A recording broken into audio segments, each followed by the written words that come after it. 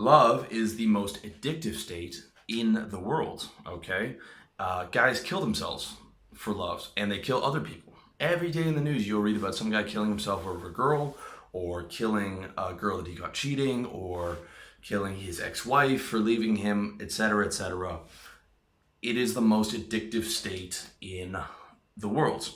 And that's why love and hate are so close together. They say there's a thin line between love and hate. This is very true because when you are in love, you are addicted. When that person stops being in love with you or cheats on you, they are taking away your most powerful addiction, your most powerful state. And your response to that is they're taking away this thing that makes you incredibly happy. And now they put you, from your perspective, into a lot of pain.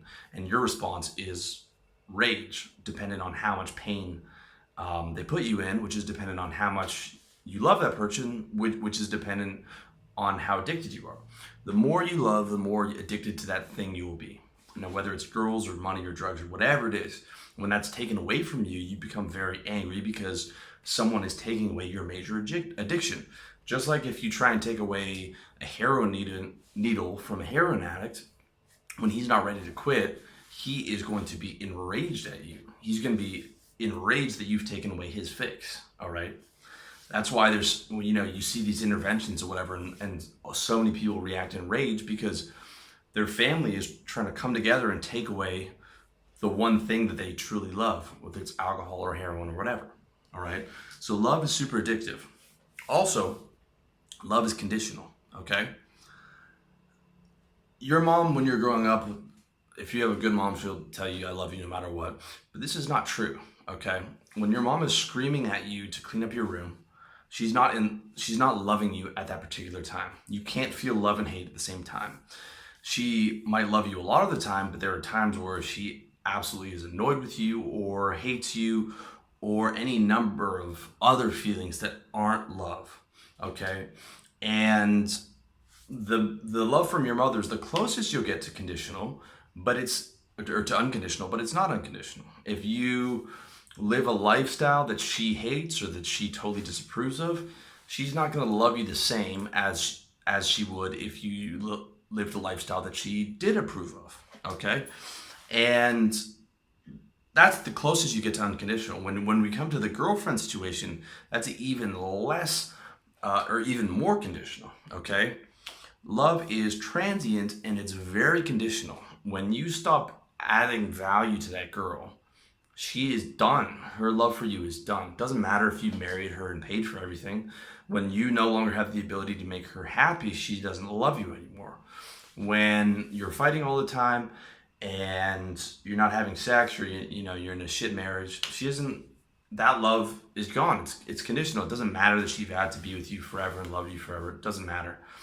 Doesn't matter. The same thing with, you could have a group of friends, but if you're not holding your end and you're always complaining and being negative, well, then your close friends aren't going to love you anymore.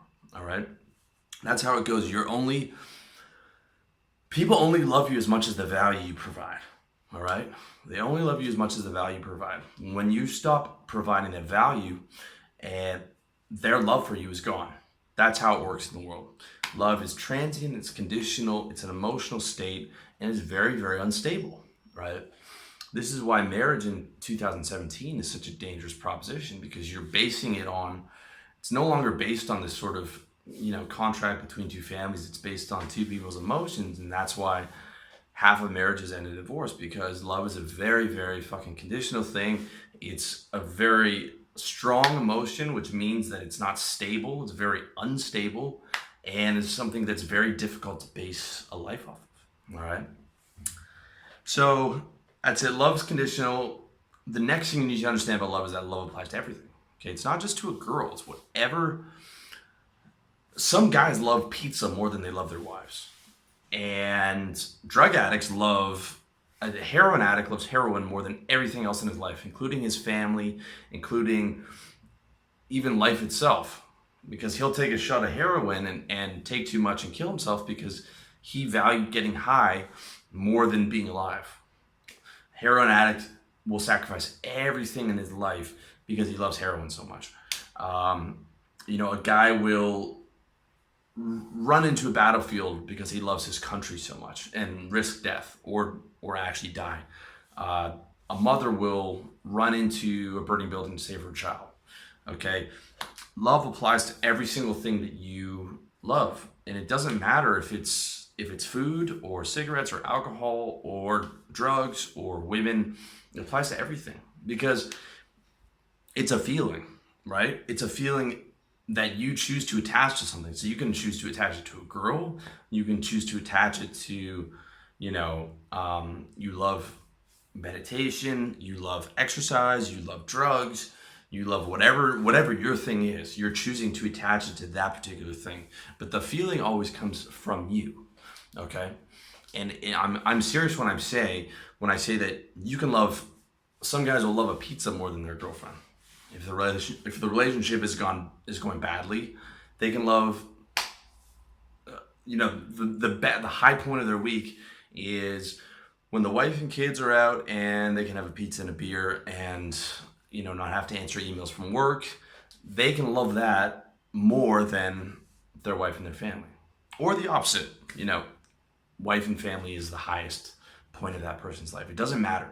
What I'm trying to express to you is that because it's a feeling, it can apply to everything. It just matters what you choose to apply it to. That's the big thing. All right. So love applies to everything, and love costs. All right. Because it's an addiction, right? Because you are addicted to whatever you love, the more you love it, the more you're addicted to it. And the more you're addicted to it, the more it costs.